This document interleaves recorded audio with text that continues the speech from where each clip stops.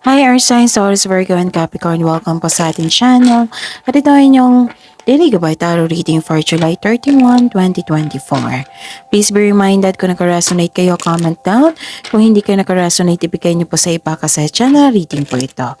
This is for you, Taurus, Virgo, and Capricorn ngayong July 31, 2024.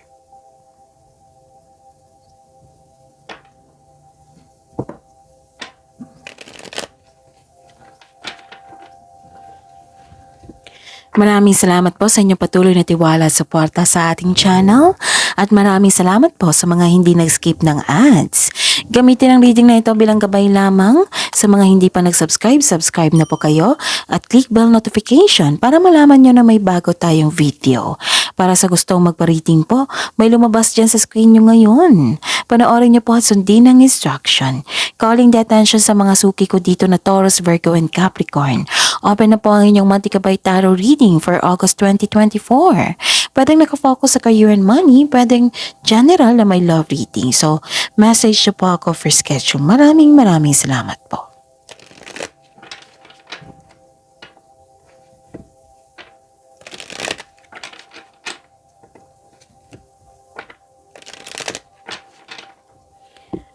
Para po ito sa inyo Taurus, Virgo, and Capricorn ngayong July 31, 2024.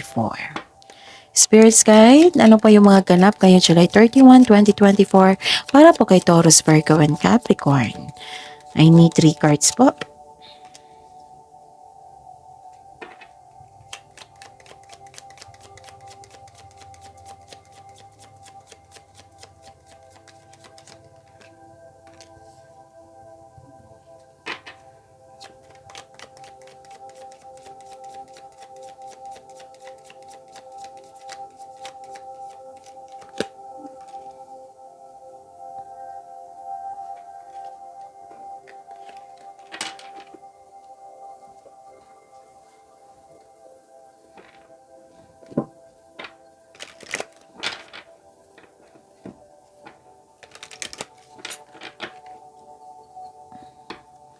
Spirits Guide, mga mensahe po para kay Taurus, Virgo, and Capricorn ngayon July 31, 2024. I need 2 cards po. Kunin ko na to. Okay. Ngayon July 31, 2024, Taurus, Virgo, and Capricorn. Ingatan niyo po ang ang inyong emotion ngayon. Pwede kasi may nakita ko dito may naninira sa inyo. Okay, pwedeng sila yung dahilan, siya yung dahilan na stress kayo at worried kayo. Pwedeng ingatan niyo po yung mahalagang bagay dyan. For example, pera. Kasi may nakita kong loss dito. Pwedeng nawala, pwedeng nagkasta, pwedeng ninakaw, pwedeng ninakaw, kinuha. So, ingatan nyo ha. Pwede din na damage yung bagay. So, mag-ingat po. Nakita ko dito na humingi ka ng advice sa mentor nyo, sa favorite person nyo. Nakikita ko dito yung maturity Gusto nyo mag-mature. Kaya humingi ka ng advice sa mga well-experienced sa buhay. And nakikita ko din dito yung paglalakbay. Pwedeng literal ito na ideas mo na ginawan mo na ng action, ganon. Pwedeng ganyan. Pwede din paglilipat talaga, literal na paglilipat. Pwedeng bakasyon, pwedeng adventure, pwedeng new journey. Okay? Travel ito long distance. And nakita ko dito, this is a clarification na I believe this is yung long distance is a new beginning sa inyong buhay. So this is a clarification of new beginning sa buhay. Like bumangon ka. Ganon. Na-stress ka tapos bumangon ka. So new beginnings, begin your new life now. And discover your courage. So, kailangan talaga yan kakambal yan. Oo. What I meant is, kasama na yan sa inyong beginning na magkaroon ng confidence, lakasan yung courage nyo, gano'n. Oops. Lumabas agad. Oo. So, this is your energy, ha? By the way, panoorin nyo po yung last 4 days Gabay Tarot reading nyo po. Like for example, napanood nyo ito ngayong July 31. Panoorin nyo po July 30, 29, 28, 27. Bakit? Kahit weekly man yan, kahit monthly man yan. Kung bakit, kailangan nyong panoorin kasi makikita mo marinig mo yung repeating message. Kasi yung repeating message, kailangan yung bigyan ng atensyon. Kung maaari po, bigyan na po ng solusyon at action. Again, calling the attentions po sa mga suki ko dito na Taurus, Virgo, and Capricorn. Open na po ang inyong monthly Gabay Tarot reading for August 2024. Pwedeng nakafocus sa career and money, pwedeng na general na may kasamang love reading. So, message na po ako for inquiry and for booking. And, napanood nyo na ba yung upload nung Sunday po, Taurus, Virgo, and Capricorn? That is your career and money for August 2024. So, panoorin niyo po. Okay, nagkaroon ng recovery dito. Kasi this is the clarification of your card here na nasaktan ka. This is recovery, releasing the pain, you're healing yourself from a heartbreak, po, letting go sa pain at masasakit na alaala. Kahit malungkot ka ngayon, hatid ng disappointment or heartbreak, nag-make move ka na for recovery and releasing a pain. Okay? And, okay. Nakikita ko dito na may delay. Pwede at least delayed success ito. Alam nyo, success yun.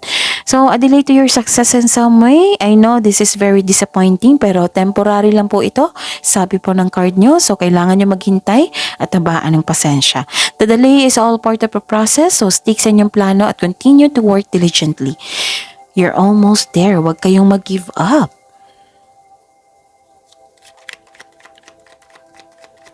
Spirit's Guide, Career and Money po ni Taurus, Virgo, and Capricorn ngayong July 31, 2024.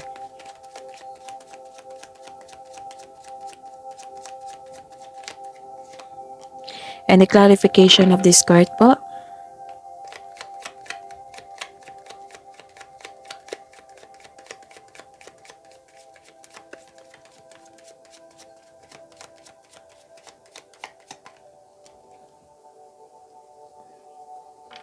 Okay.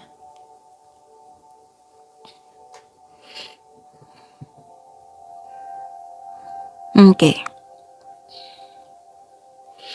Nakikita ko dito na sa career and money nyo to na may celebration, may togetherness. Pwedeng celebrating with good friends or family is what you need most right now para mawala yung stress. Okay? May ganap na collaboration, groupings sa trabaho or sa negosyo mo. Itong mga taong ito ay buwang suporta sa iyo. Maaring family mo rin ito. Nag-celebrate kayo. And nag-celebrate kayo parang na-stress kayo di ba? Na-stress kayo, naging hopeless kayo. Nawalan kayo ng pag-asa. And nakikita mong way dito is makasama yung family mo. Sila yung dahilan na nag-move forward ka, nagkaroon ng recovery, ganon. Kasi nawalan ka ng confidence dito Gusto mo mag-give up. So, don't worry. Inspiration is on the way po. Huwag kayong mag-give up. Your body and soul will heal, but that healing will take time po. Ang sabi po dito, the advice is be inspired. Dreams to come true. Tama tong ginawa mo, mag-celebrate kayo. Okay? Kasi meaning yan, tagumpay. So, yun. Spirit's Guide, Love Life, Self-Love, Partnership, and Romance ni Taurus, Virgo, and Capricorn ngayon July 31, 2024.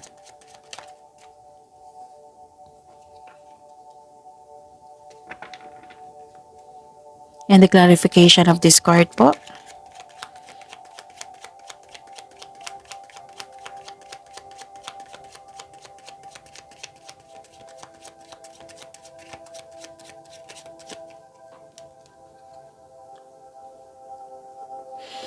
Okay. Naging impatient kayo dito. So, by the way, maraming salamat po sa patuloy na tiwala at suporta sa ating channel at maraming salamat din po sa mga hindi nag-skip ng ads. May lumabas dyan sa screen nyo ngayon, panoorin nyo po kung gusto nyo po iyan, then follow instruction. Naging ka dito naging impatient pa kayo sa isang bagay, sa isang sitwasyon, or sa isang tao. Nagdesisyon ka ng mag-ingat kayo sa paggawa ng desisyon kasi nakikita ko dito nagsisisi ka sa inyong desisyon. So, another delay po na concern dito. The universe is trying to show you something. Baka may na-miss kang opportunity. So, use your time wisely. Maghintay, habaan ng pasensya. Okay?